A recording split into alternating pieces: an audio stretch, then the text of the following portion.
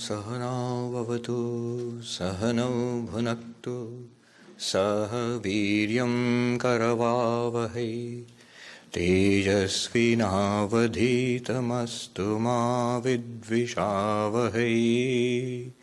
Om Shanti Shanti Shanti. Om. May Brahman protect us both, the teacher and the taught. May Brahman give us the fruits of this study. May we accomplish great things together. May this study enlighten us. May there be no disharmony amongst us. Om, peace, peace, peace. Welcome to the first class on, the subject is Introduction to Vedanta, or Vedanta 101 as somebody put it.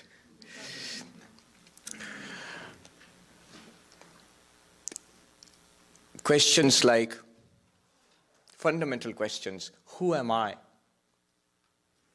What is God exactly? What is the purpose of life? How can I get permanent satisfaction, happiness, if at all, if that is possible? How can I overcome sorrow? What is this universe which we see spread out before us? If these questions and questions like these, if they are of interest, and they are of interest to everybody, these are fundamental questions, then this course is for you. This set of classes which we are starting this evening is for you.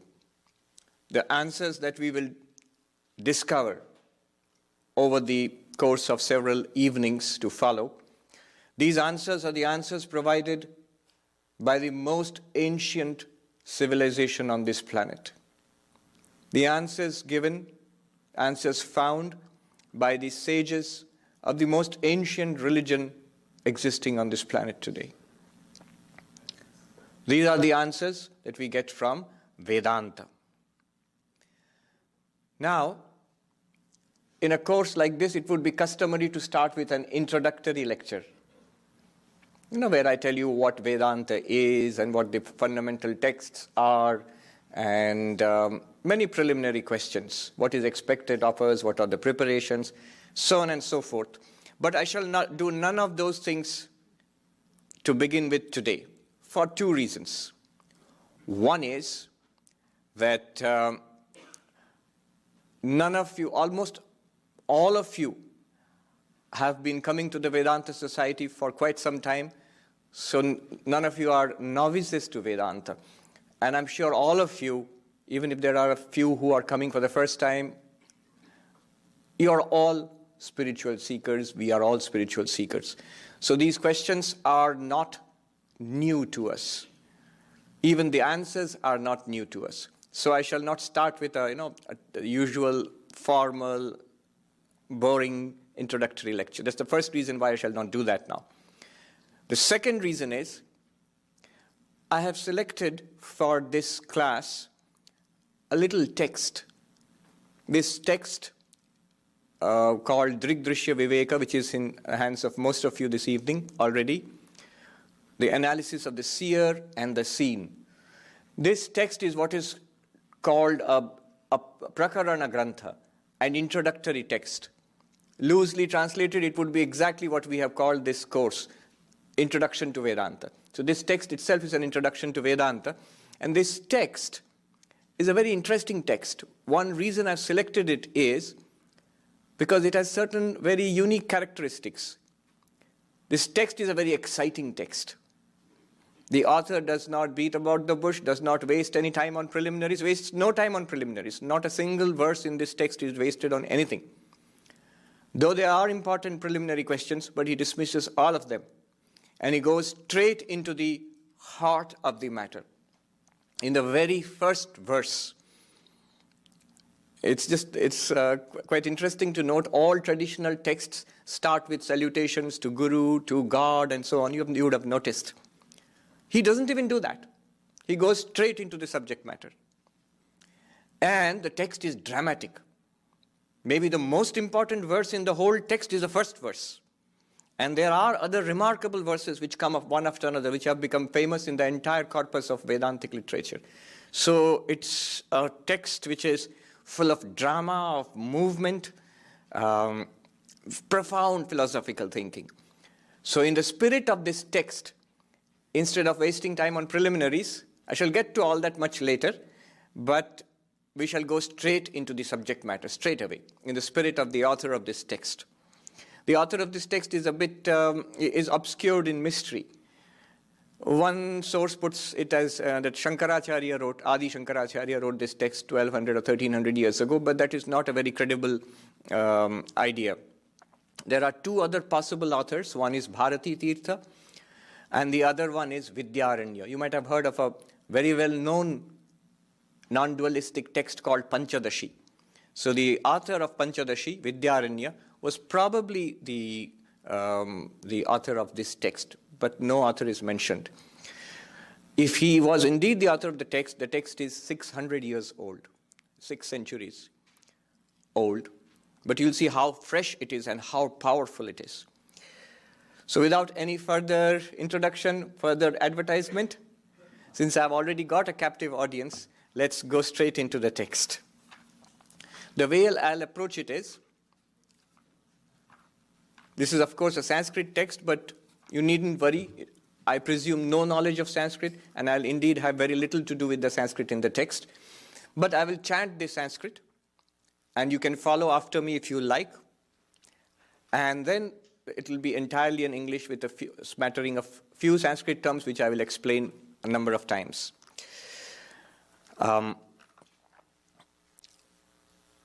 2 points about using this book. If you can read the Sanskrit text, very good, you can read it. Otherwise, you can read just the English translation.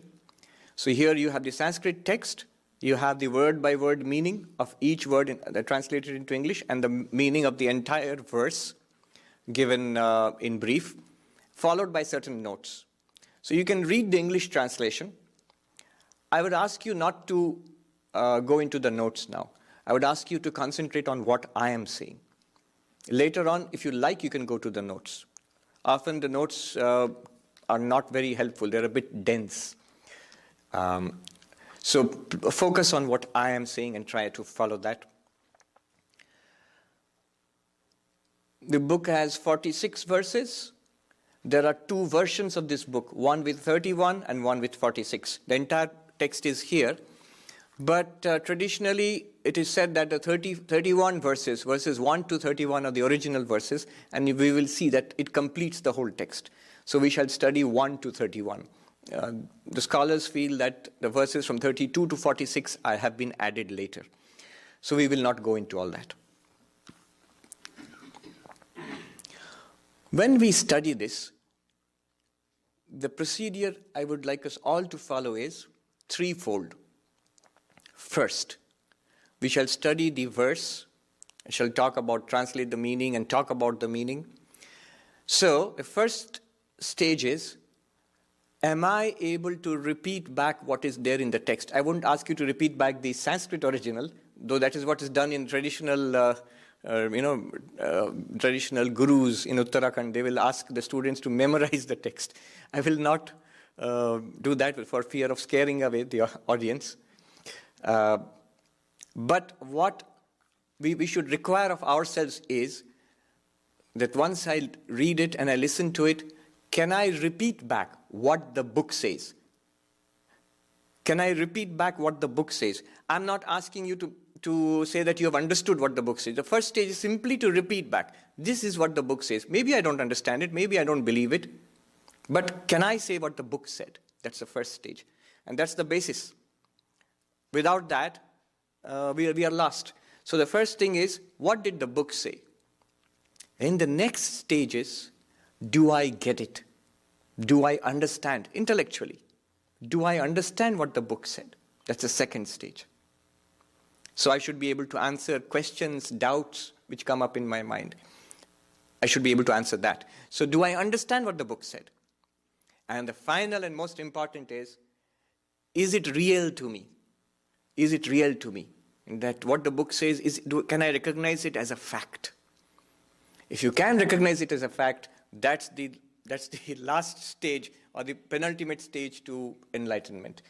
I wouldn't require that of anybody, not you and not myself, because then we would mostly be disqualified. If you see that all these things become fact to you immediately after you read it, that's setting the bar too high. But these are the three stages of grasping the meaning of these verses. First, what did it say to me? Second, do I understand what it's trying to say?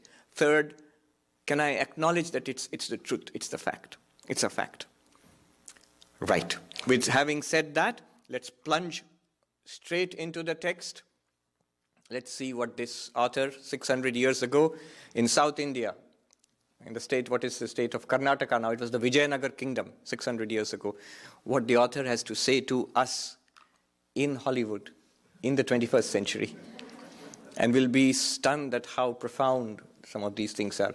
I was reading a few days ago that every year nowadays, every year we publish more books. More books were published in 2015 than have been published in all of human history until the 21st century. That is true. Thousands, tens of thousands, hundreds of thousands of books and monographs are published. But you know, how many of the greatest books of humanity, and maybe a few hundred or few thousand books have been published in the last 2,000 years until the 19th, 18th or 19th centuries. But you will see among the greatest books that we have of humanity, our human civilization, those are the few books which were written hundreds of years ago. And of the books, thousands of books which we published last year, I don't know how many will be remembered this year or the year after. So this book is like that. It embodies timeless wisdom.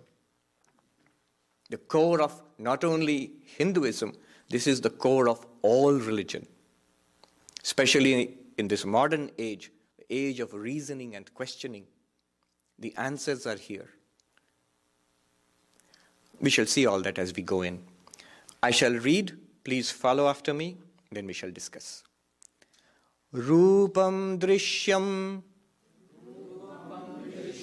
lochanam drik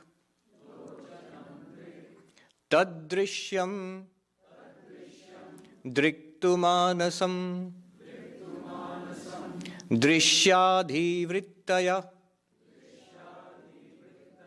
sakshi drigeva natu drishyate. This is the verse. What does it mean? We'll leave the Sanskrit alone for the time being. Now, focus carefully on what I've got to say. Focus as you have never focused earlier. I am going to talk about this verse in 4 stages. Stage 1, stage 2, stage 3, stage 4. And all throughout, I would like us all to remember one operating principle. One operating principle alone. What is that operating principle? The seer and the seen are different. The seer and the seen are different. Seer means I am the seer. Literally, seer here means the one who is seeing. I am the seer. And this book here is the seen. And they are obviously different. You can clearly see the two are different. What do you mean by different? Different entities. The one who knows is different from that which is known. The subject is different from the object. This is the operating principle.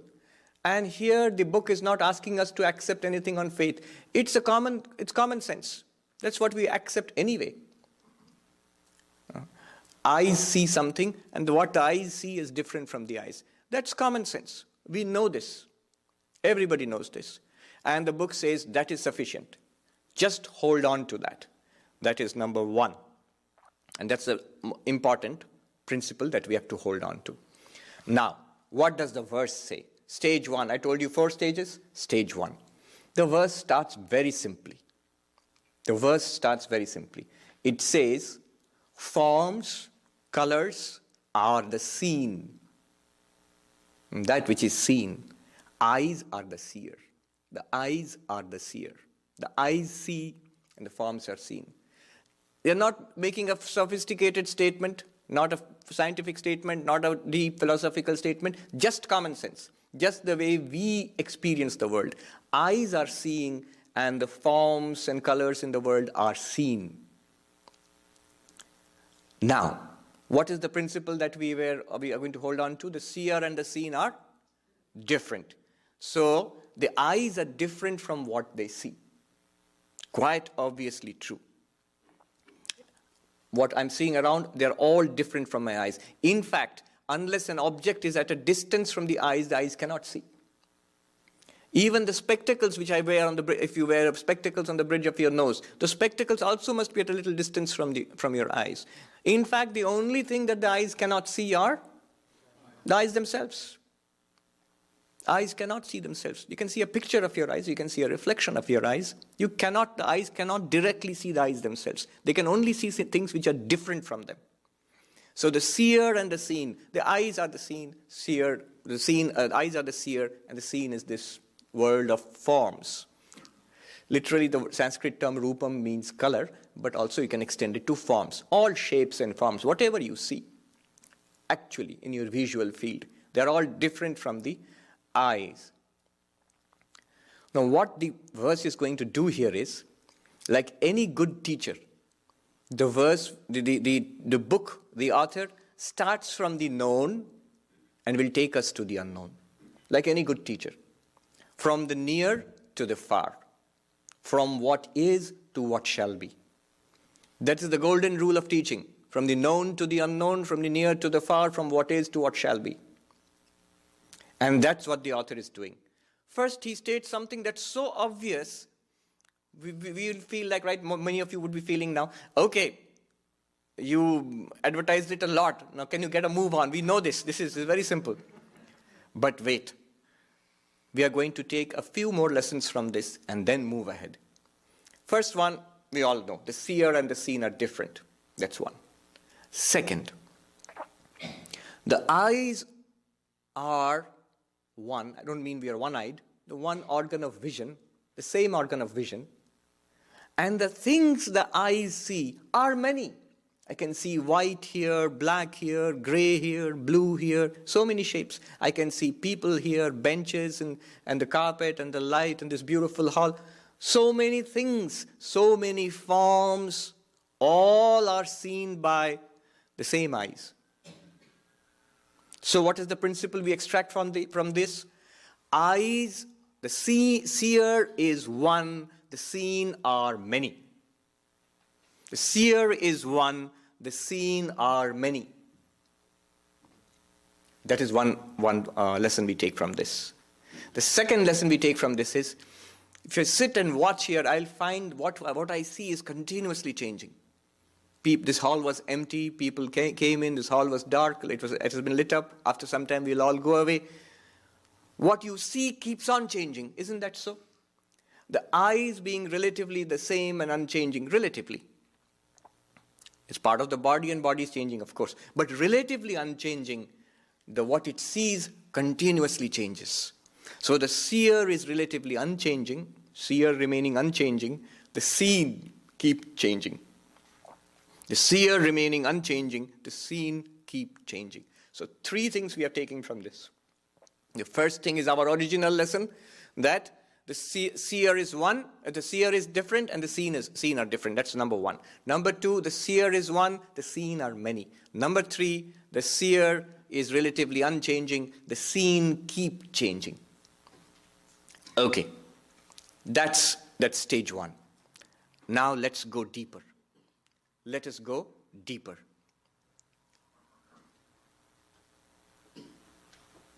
The book tells us, the first verse tells us, the eyes themselves become the seen, and the mind is the seer. The eyes themselves become the seen, and the mind is the seer. Now, what does it mean? It means, not only do I see the world with my eyes, but I also know with my mind, my eyes are open. This guy is boring me so much, I can't keep my eyes open. I know it. I can see very well. I know that. My eyes are good. I can't see very well. I need spectacles or contacts. So the conditions of my eyes, those are known to me. Who knows that? Not the eyes themselves. The mind reflects upon the condition of the eyes. So the mind is the seer. Now the word seeing is used metaphorically. It means the knower. So the mind becomes the seer, eyes become the seen. The mind becomes the knower, the eyes become the known. The mind is the knower, the seer, and the eyes become the known or the seen. Fair enough. We know all the conditions of the eyes and all the body, in fact. Not only the eyes, the same applies to the ears and the nose and all the sense organs. In fact, the whole body. It is the known and the mind is the knower. Now let's apply the 3 lessons we learned earlier. The 3 principles. The first and fundamental operating principle. The seer and the seen, the knower and the known are different. Is it true that the mind is different from the eyes? Yeah. Pretty obvious. Mind is, whatever the mind is, it's definitely different from the eyes. Different from the ears or the nose or the skin or the tongue. So, the mind is different from the sense organs. Number 1. Number 2, the conditions of the eyes keep changing. Or the conditions of the eyes and the ears and the nose, there are many. Sometimes eyes are good, sometimes the ears you cannot hear well, and so on. All of these variety of the conditions of the sense organs of the body is known by the same mind. The same mind knows the variety of conditions of the different sense organs in the body. Second. Third, the eyes, the conditions of the eyes, the ears, and the entire body, they keep changing.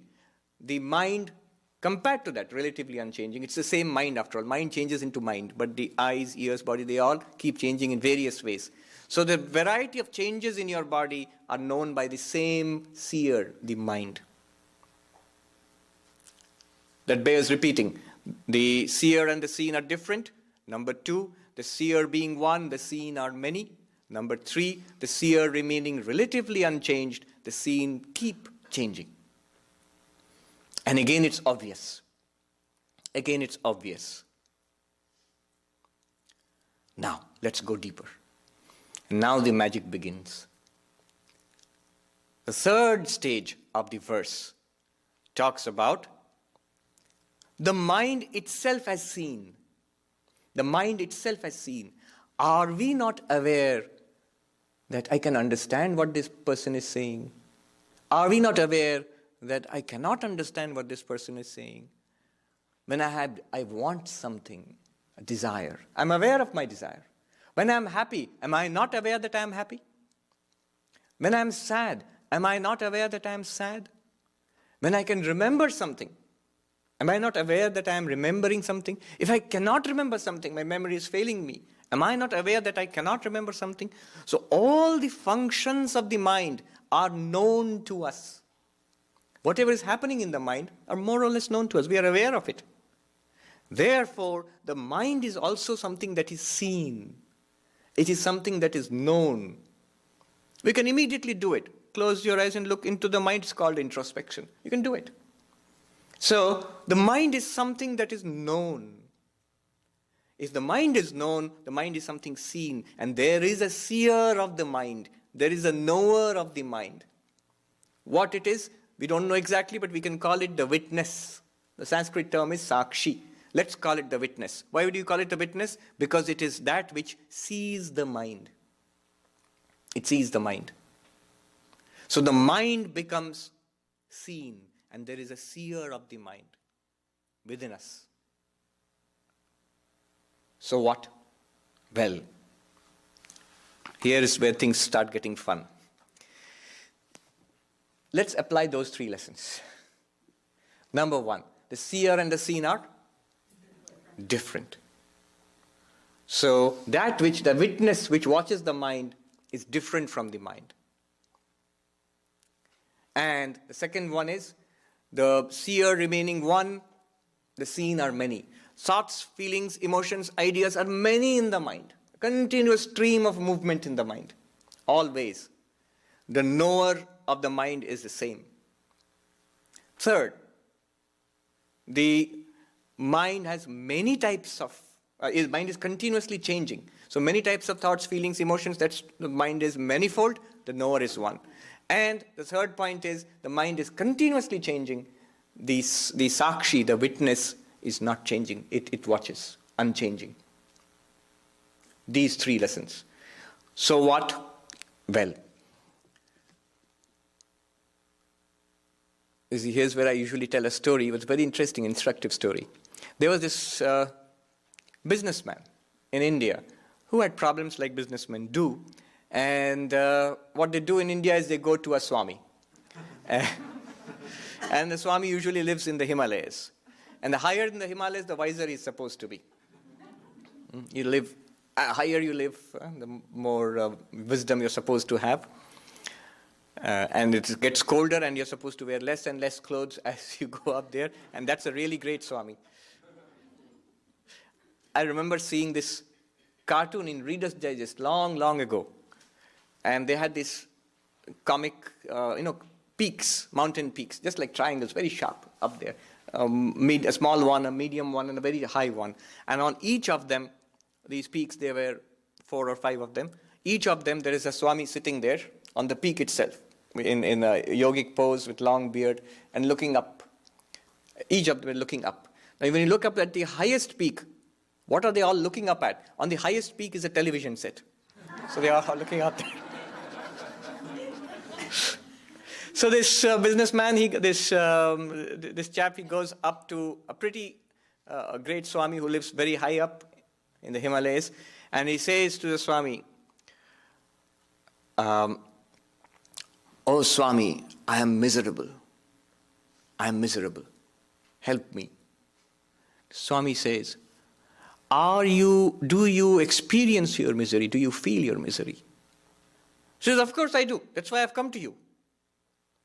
Then he says, if you feel your misery, if you know your misery, then you cannot be miserable. You are the knower of the misery in your mind. Because the knower and the known are different. Misery is a feeling in your mind. If you are aware of it, you are that which is aware of the feeling in the mind, aware of the misery in the mind. That which is aware of fear is not fearful. That which is aware of sadness is not sad. Now, this person thought about it. And if you think about it, if you do that, the result will be, at the very least, the problems in the mind will become a little quieter. The moment you put some psychological space between the problems in your mind and yourself, then what happens is, we start questioning whether these belong to me. I'm aware of it, but do they belong to me? You say, of course they belong to me. Why? Have we ever asked this? Does the mind belong to me? Of course, we think we are the mind. If you make a distinction between yourself and the mind, you'll say, Swami, at the least, even if I am not the mind, all right, I can grant you that, but at the least it's my mind. So I care whether there's sadness in the mind or misery in the mind or ignorance in the mind. But is it really your mind? What kind of question is that? Of course it's my mind. Well, think about it.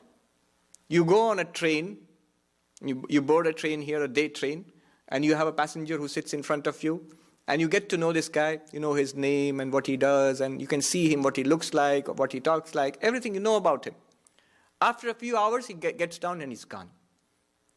Just because you know about him, just because you are with him for a few hours, he doesn't belong to you. Never has, never will. Anyway, more of that later. Now, the man thought like this, mind calmed down a little, as it will, you can try it.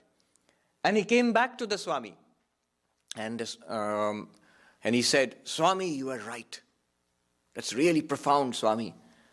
I am very peaceful now. The real fun starts now. The teaching, that was not the teaching comes now. And the Swami immediately says to him sharply, no, you are not peaceful. You are the knower of the peace in your mind. You see how profound that is. The moment I say there is misery in my mind and I get attached to it, and the Swami teaches me, that which I'm aware of is different from me. So I'm aware of the misery in my mind, so I am different from the misery in my mind. And the misery sort of diminishes, sort of becomes controllable. You can ignore it, and mind feels peaceful. The moment I say I am peaceful, I am again attached to the mind. What will happen is, this chap, when he goes down from the Himalayas into Delhi or whatever else, like you go away from here into 101, the peace disappears again. That's the nature of the mind. If you're attached to the peace in your mind, the moment the mind loses its peace, you say, oh, in the Vedanta society or in the Himalayas, I was so peaceful. Now I have lost the peace in the mind. You are a knower of the peace in your mind. You are the knower of the lack of peace in your mind. You are the knower of the happiness in your mind. You are the knower of the misery in your mind. You are different from the happiness. You are apart from the misery. You are the observer, quite different from the peace in your mind. In fact, thus being different from the peace or the lack of peace in your mind, that is true peace. In the Upanishads, Mandukya Upanishad, one of the names for the Atman, the self, one of your names is peace. Shantam Shivam. The name of the Atman is peace. It's not that the Atman, that the spiritual self is peaceful. It is peace itself. Whether the mind is at peace, whether the body is at peace, whether the world is at peace, you are eternally undisturbed. That peace, that is the witness. That is what you are. Even when you clutch the mind to yourself, this is my mind. The misery of the mind is my mind. The ignorance of the mind is my mind. The unspiritual nature, the worldly nature of the mind is my mind. Even then, we are telling ourselves something that is false. We are attached, so strongly attached to the mind, and through the mind to the world. I often give this very stark example we find in the Vedanta among the Swamis in the Himalayas. Think of the greatest possible attachment in the world. The greatest possible attachment, human attachment in the world, is the attachment of a mother for her baby. The greatest possible attachment. And it's a good attachment. The baby needs it. But it's the greatest possible. It's extremely strong. Whatever the mother does, somewhere at the back of the mind will be an awareness of what the child is doing and how the child is. Now imagine that mother, when the baby goes to sleep and finally the mother goes to sleep. I can see some ladies smiling. Swami, you don't know anything about babies. Mothers do not get much sleep. Yes, but when the mother finally goes to sleep, that mother, so tremendously attached to the baby, would not like to be separated from the baby for more than a little bit of time. That mother happily, completely, totally forgets the baby. Not unwillingly, willingly goes into deep sleep, complete forgetfulness of the world, of the baby, of her own body, everything forgotten. And the mother does that every night. And does it willingly and happily. It's a common experience. We never reflect upon it philosophically, what it means philosophically. So, whatever is there in the mind, you are the witness of that mind. And the witness is ever separate from the mind. The very fact that you are the knower of the mind means you are not the mind. Not yet Vedanta, very far from it. But already, just about every problem in the world is solved. What a strange statement, Swami. Think about it. Problems are in the world, or in our bodies, or in our minds. If you are separate from the mind, you are an entity, you are independent of the mind and the body. The problems of the mind and the body do not touch you. You may be aware of them. When they come up, you are aware of them. When they go away, you are aware that the problems have gone. But they are not your problems. They never were, they never will be. You are free to hold on to them. My misery, my poverty, my failure, my desires. You are free to hold on to them, but they do not belong to you. You have to learn to let go of what you cannot hold on to. It will go away anyway. It has come, you imagine that you are holding on to it. It will go away. However hard you hold on to your worst problem, it goes away. It goes away every night. Just think about it.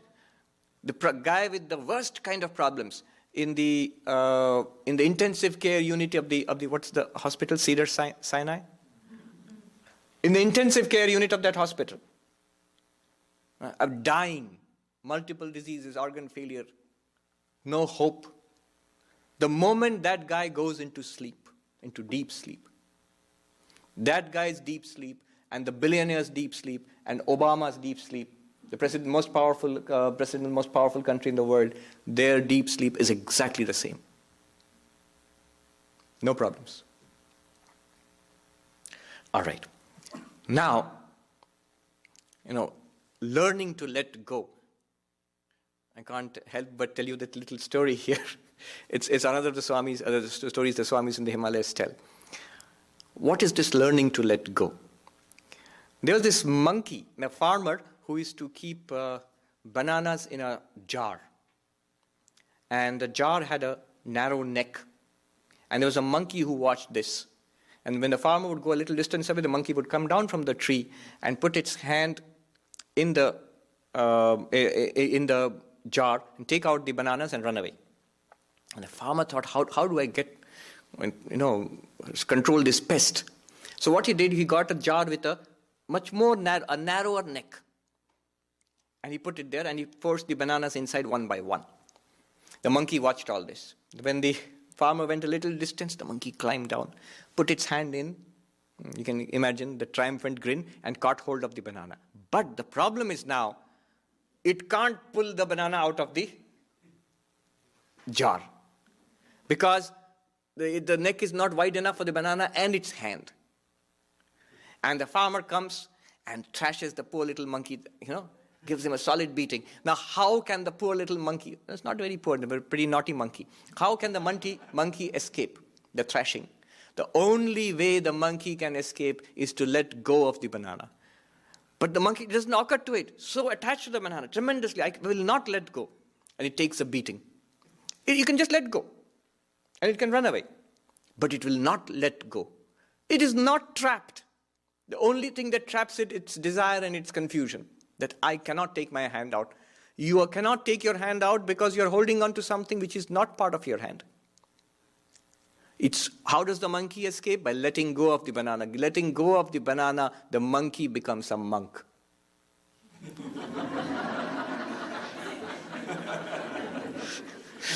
You let go of what never belonged to you anyway. What does not belong to you? That which belongs to the world. That which belongs to the body. That which is part of the mind. None of this belongs to you. You are the witness. Right. The fourth stage. This is the third stage. The fourth stage. Here is where Vedanta really starts. So, supposing such a witness is there, even if I feel, okay, it could be true that I am this unchanging witness, it's only because I've become identified with the body and mind that I feel I am this limited individual. The body is born, I feel I have been born. The body gets older, I am getting older. Body gets sick, I am sick. In the mind there are thoughts, I learned something, the mind learns something, so I have become learned. The mind forgets, I have forgotten. Oh, I cannot but tell you this story. See how, even before coming to the fourth stage, the third stage, how it helps us. One of the greatest scholars I've met, master of both Eastern philosophy and Western philosophy, a philosopher. He's still alive. I met him at one of our ashrams in India. And he had a mild stroke. He taught in USA, in Germany, and in India. So he's old now. He had a mild stroke. And he was a little depressed. He told me, Swami, I am forgetting what I have learned. And I feel bad. Imagine somebody who's gathered millions of dollars over the years through hard work. And suddenly economic bust or whatever, and he loses it. What you have worked for your life, and that is slipping out of your fingers, so you feel bad. You have invested your life in that. So a great scholar has invested his entire life in cultivating learning. And that's going now. The mind is not sharp. Mind is losing what it had learned. That's one picture. The other picture, there was a Swami in our order, not very well known outside, but inside the order we all knew him, Mokshodanandaji, Ram Maharaj. He has passed on now. He used to teach, even I was lucky enough to learn under him. He used to teach in the training center in Belur Math. Vastly learned Swami, and a very great Swami. Now, see the difference. I used to go to him with questions as a young novice.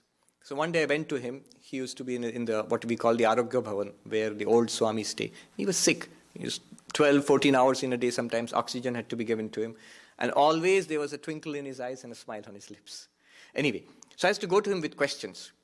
Towards the end of his life, one day the last time I went with a question to him.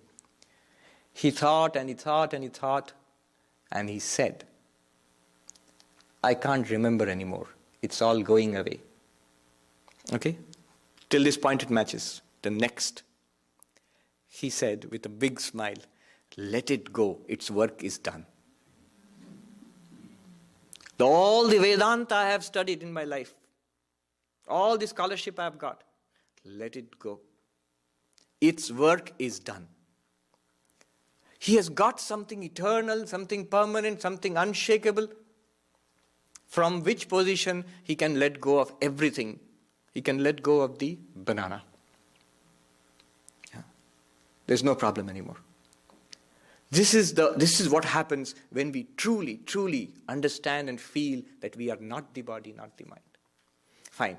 Now suppose we are this witness of the mind, unchanging witness. The immediate question will be, great, that's what I want to know. Now can you tell me, Swami, how do I know this witness? How do I get this witness? How do I realize this witness? How do I know this witness?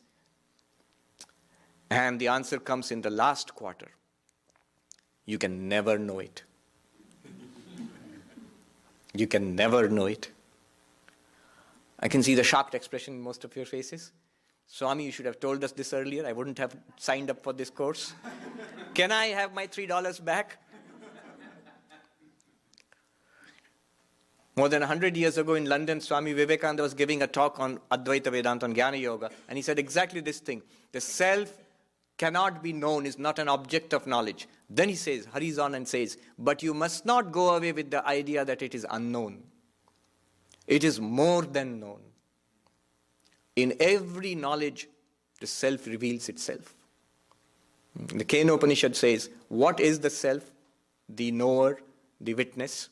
The Kena Upanishad says, it is something different from the known. Oh, so it's unknown. No, it's something different from the unknown. Think about it. If I ask you a question, what is it that's different from all that you know? All the subjects you know, the people you know, your memories, ideas, opinions, different from all of that. And different from all that you do not know. There's a vast ocean of the ignorance which we have. We do not know many things. So there are many things which we do not know, and there are many things which we know. What is it that's different from both of them? It's not something that we know. It's not something that we do not know. Yes, some people have an idea. Yes? What you are? Exactly. Yourself. You say, no, Swami, I know myself. What do you know about yourself? You know what your passport tells you, your driver's license tells you. You know your body, you can see the body. You know your memories, your family, all that's in the mind. And if you know all that, it must be different from you. That which knows all this, do you know that? No. It cannot be an object of knowledge. And yet, it is not unknown. For what is more known than yourself? You know that you exist. You know that you are. It's exactly like, how do I know you are all there? Because I can see you. How do I know that my eyes are there? I can't say because I can see my eyes. I know that I have got eyes and they're in perfect working order because, not because I can see my eyes, because I can see you. Whatever I see proves to me not only that object is there, but also that my eyes are there. In the same way, whatever experience you have, you see something in the world outside, it proves that you are the conscious self.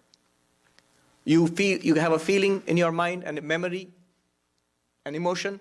It proves to you not only that the emotion is there in your mind, but also that you are the witness, the conscious self. Every experience is a proof that we are consciousness, we are this witness. The Kena Upanishad says, Pratibodha viditam matam amritatvam hivindate. When you realize the infinite existence, the infinite consciousness in every experience of your life, not just in the temple or in the church, not just at the time of prayer, not just even in samadhi, in every experience, when you're talking, you're thinking, you are laughing, in every experience when that self, this existence, consciousness, bliss is realized, that is immortality. And that is possible. So the fourth quarter says, this self, the witness, is the true seer. What about the mind? It is the seen. This witness plus the mind becomes the seer of the body and the sense organs. This witness plus the mind and the body and the sense organs becomes the seer of this world. But the true, real seer is this witness alone. Everything else is the seen. This witness is the knower. Everything else is the known. And this witness is separate from all that is known. This witness is unchanging. Everything else is changing. This witness is one. Everything, all others are multifarious, multiple. This is, in brief, the explanation of just the first verse. I'll say one more thing, and I'll throw it open for questions. Last 10 minutes or so, we can have questions, I think. So, just one more thing. I said there are 3 stages of understanding these verses. One stage is, you should be able to say now what the verse said, number 1. Number 2 is, understand what it said. And number 3 is it a fact for you? Is it real for you? Look at it, take it stage by stage. The first stage says, the eyes are different and the forms are different. Is this real? Is this a fact for you? Do you have to believe this? Is it high philosophy? No, it's common sense. Is it a fact? Yes, it's a fact that my eyes are different and this book is different. It's a fact. I don't want to learn about this. The book is just telling me what's already a fact, just drawing my attention to it. Second, that my eyes are different and my mind knows the eyes. The mind is the knower and the eyes, and this body is the known, and the mind is different from the sense organs. Is that a fact, or do I have to believe it? It's a fact. I experience it. That the witness is different from the mind. Third stage. The witness is different from the mind. Is it a fact, or is it something to be realized? Is it a fact now? Yes. That's what the book claims. Most people would say at this stage, well, it's a great theory and it is something to be, I don't disbelieve it, but it is something to be realized after a lot of sadhana, a lot of spiritual practice, and then finally I will realize I am different from my body and mind. That's all right, but that's not what the book is saying. Just as the eyes are different from this microphone, exactly in the same way, you, the knowing self, is just now, right now, you are completely different from the body and mind. Only in our understanding, the monkey has caught hold of the banana. We have caught hold of the body and mind in our understanding, not physically, in our understanding. That's why we feel trapped. So, just now also, it is a fact that you are not this body, not this mind. The Sanskrit goes like this. I'll quickly run through it. Those who can read Sanskrit, you can follow me. You don't have to repeat it. I'll just say. Rupam drishyam lochanam dik. Rupam means forms. Drishyam means that which is seen. Lochanam means eyes. Drik means the seer. Drashta. Drashta means seer. The book is the analysis of the drashta and drishya, the seer and the seen. So the eyes are the drashta, forms are drishya. Go deeper, second stage. Tad drishyam. The eyes become the seen, drishyam. Mind becomes the seer, drashta. And the mind and the eyes are different. Then the third stage, drishyadhivrittaya sakshi. The mind, the thoughts, feelings, ideas in the mind, they all are drishya, things which are seen. And there is something watching them. That is called the sakshi, the witness. Dhi vrittaya, the modifications of the mind. Here the dhi word dhi is used as a global term. Mano, buddhi, chitta, ahankara. Those who are interested in Vedanta, you know, all of them are included here. And finally, the fourth quarter, Drg-Drśya-Viveka. That sakshi, that is the real drashta, the real knower, the real seer, that never ever becomes an object of knowledge. Never ever becomes an object of knowledge. And that is who you are. That is who you are. That is who I am. Many questions will come about this. If that's what I am, why don't I know it? If I am this permanent witness, why is it that sometimes I'm aware, sometimes I fall asleep, so consciousness comes and goes, what happens to this witness? All those questions will come. What is this world? How was this created? What is its relation to the witness? Why is it there at all? Things like this. So many questions are there which will come up one by one. I will stop here and we'll do a peace chant and we'll throw it open for questions. We have 10 minutes for questions. Om Shanti Shanti Shanti Hari Om Tat Sat Shri Ram Krishna Arpanamastu. Any questions? Yes, there's a question there. Alok. Let's say I get punched in the stomach, and how do you separate the witness from that pain, or is there a way to do that? You have a pain, an ache in your stomach, suppose. Somebody punches. Someone punches me in the stomach. Well, first of all, deal with the guy. You can punch him back or whatever. then you can do Vedanta.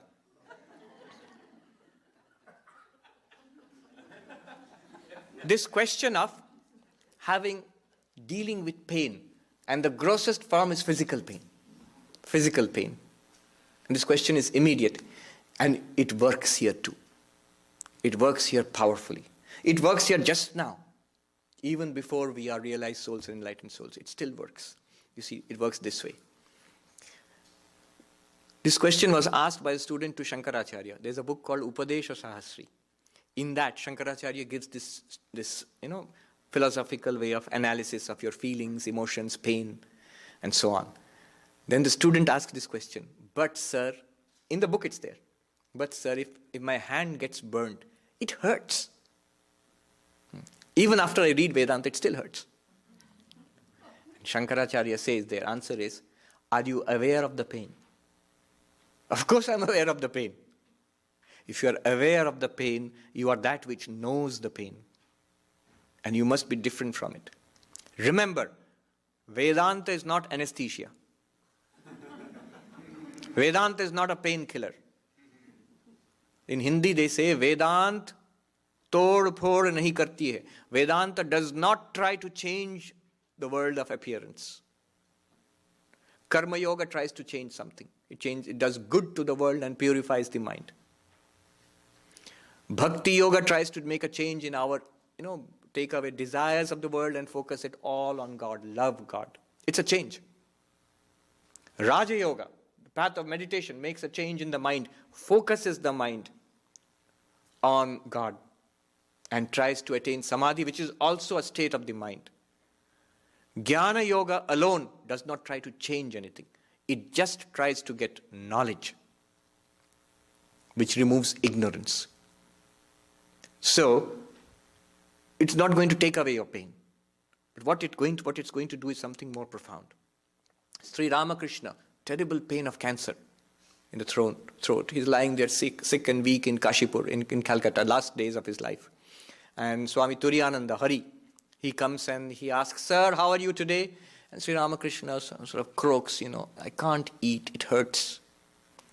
And Turiyananda, I don't know why, he said, well, I can see that you are in great joy.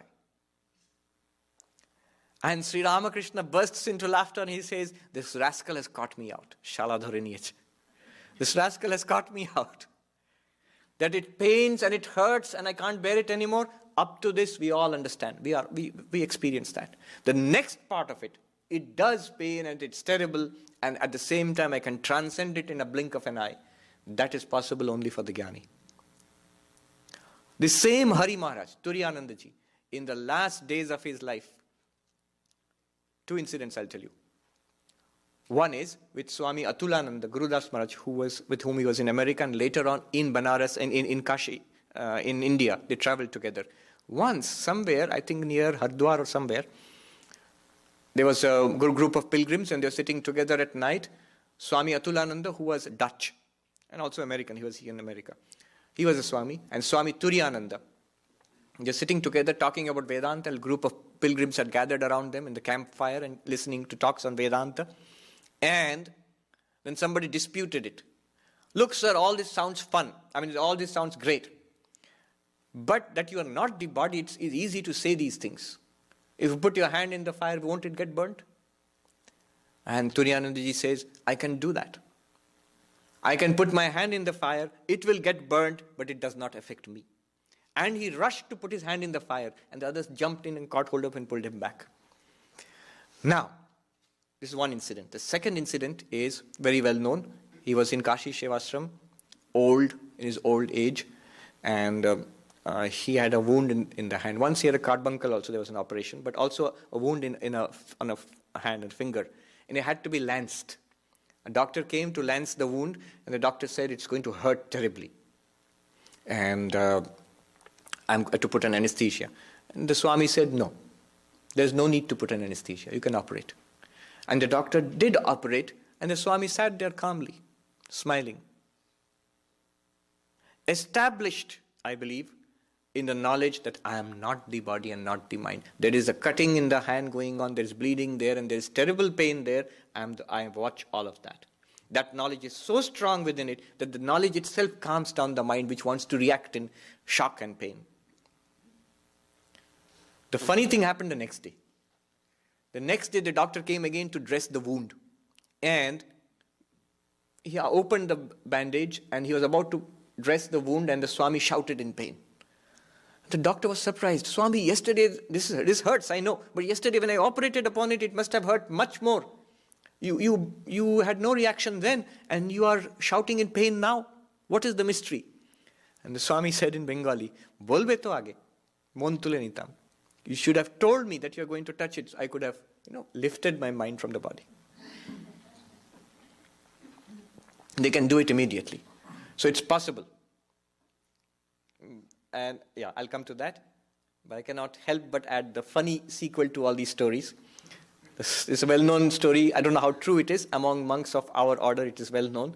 It seems some monk read a lot of Vedanta, all these books and everything, and was convinced about it. And one day he had an operation, somewhere, a minor operation. And the doctor said, do you need anesthesia? And he said, no, I am the Atman, Chidananda Rupa Shivoham. Go ahead and cut. Are you sure, Swami? It's going to hurt. What do you say? Hurt like blazes. And Swami said, of course, it can hurt, but I'm the witness of the pain. And the moment the knife just cut through the skin, the Swami shouted, stop, stop, stop.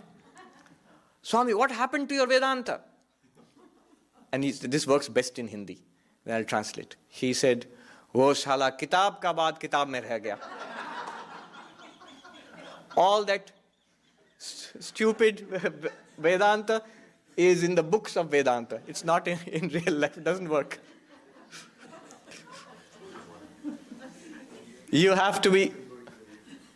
So what works, as I said, just like this book is different from my eyes, it's a real fact for me. You don't have to tell me, you don't have to convince me, no philosophy is necessary. In the same way, I must be separate, I must be convinced, clear that it's obvious that I'm separate from my body and mind. Then only it will begin to work. Okay, last question. How am I assured that the witness isn't a function of the mind, since I'm using intellect to establish Yes. That is a question one would definitely come up to any thinking person. You see, it's very clear when you are... Please repeat the question. The question, exactly. It's an important question. The moment you say that there's something watching the mind, and that which knows the mind is different from the mind, but you see, the mind can also watch itself. Which is not a problem when it comes to the body or the world outside. The mind has a capacity to reflect upon itself. This capacity is called introspection. So when I say I am watching the feelings in my mind, the thoughts in my mind, the memories of my mind, is it not simply the mind watching itself? Isn't it introspection? Isn't it introspection? I will answer that I'll just give you the answer in brief in two ways. Just consider it. One answer is a standard answer given in Advaita-Vedanta. The clear proof that you exist apart from the mind will be if you have an experience where the mind is not there, but you are there. Isn't it? And they say deep sleep is exactly such an experience which we have all the time. If you say, no, in deep sleep I was not there. You were not there, then who slept? No, it's just the body was sleeping. But you wake up and you say that I slept happily. I did not know anything. Na kinchid avedisham sukham aham asvapsama. I slept happily. I did not know anything. If you did not know anything, that is also an experience. Something must have experienced it. I'll leave that with you. It's a lot of argument about this, a lot of thinking about it. And there are different schools of thought. But that apart, let me give a more subtle but much more simple example. When you are not introspecting, when the mind is not watching itself, are you at that moment still not aware of the mind? When you do not think about yourself, I am watching the mind, don't do it. Normal times, talking, walking and all that, at that time also there is a basic level awareness going on all the time, even when you are not self-reflecting. That is what is interesting. There is something illumining the mind. And the mind, of course, can self-reflect. But when the mind is self-reflecting, it is one thought thinking about another thought. It's one idea thinking about another idea or a feeling or something. Intellect pondering upon memories and feelings and perceptions.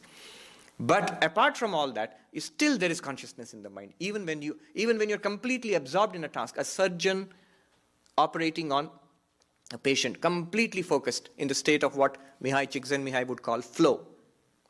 Completely forgotten self-awareness. Complete self-awareness forgotten.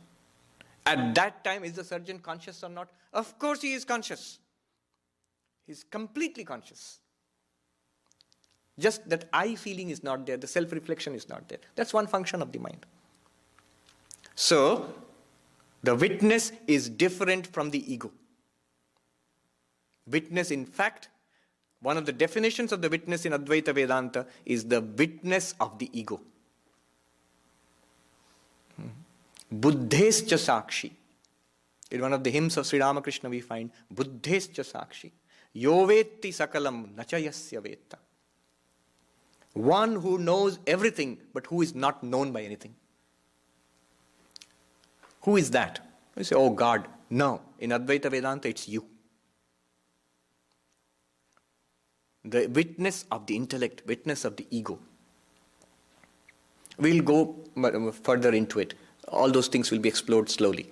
So, as I promised, it starts with a bang. Tremendous first verse. Advaita Vedanta, as we will see later on, what is Vedanta, what is Advaita Vedanta, and what are the roles of meditation, worship, all those things have a role. We'll plug them in as we go along. But it claims that all the worship that we do, all the religion that we do, all the good works that we do, all the meditation that we do, all of it is supposed to culminate in this knowledge. This is the crowning jewel of philosophy in India. Dr. Radhakrishnan called Advaita Vedanta the fairest flower of Indian philosophy. I might even say it's one of the grandest philosophies the world has ever thought of. So we shall undertake this journey. It won't take very long. It's a small book. Maybe in 6 or 7 months, if we get 2 classes a month, we can cover the whole thing. Thank you very much. Thank you.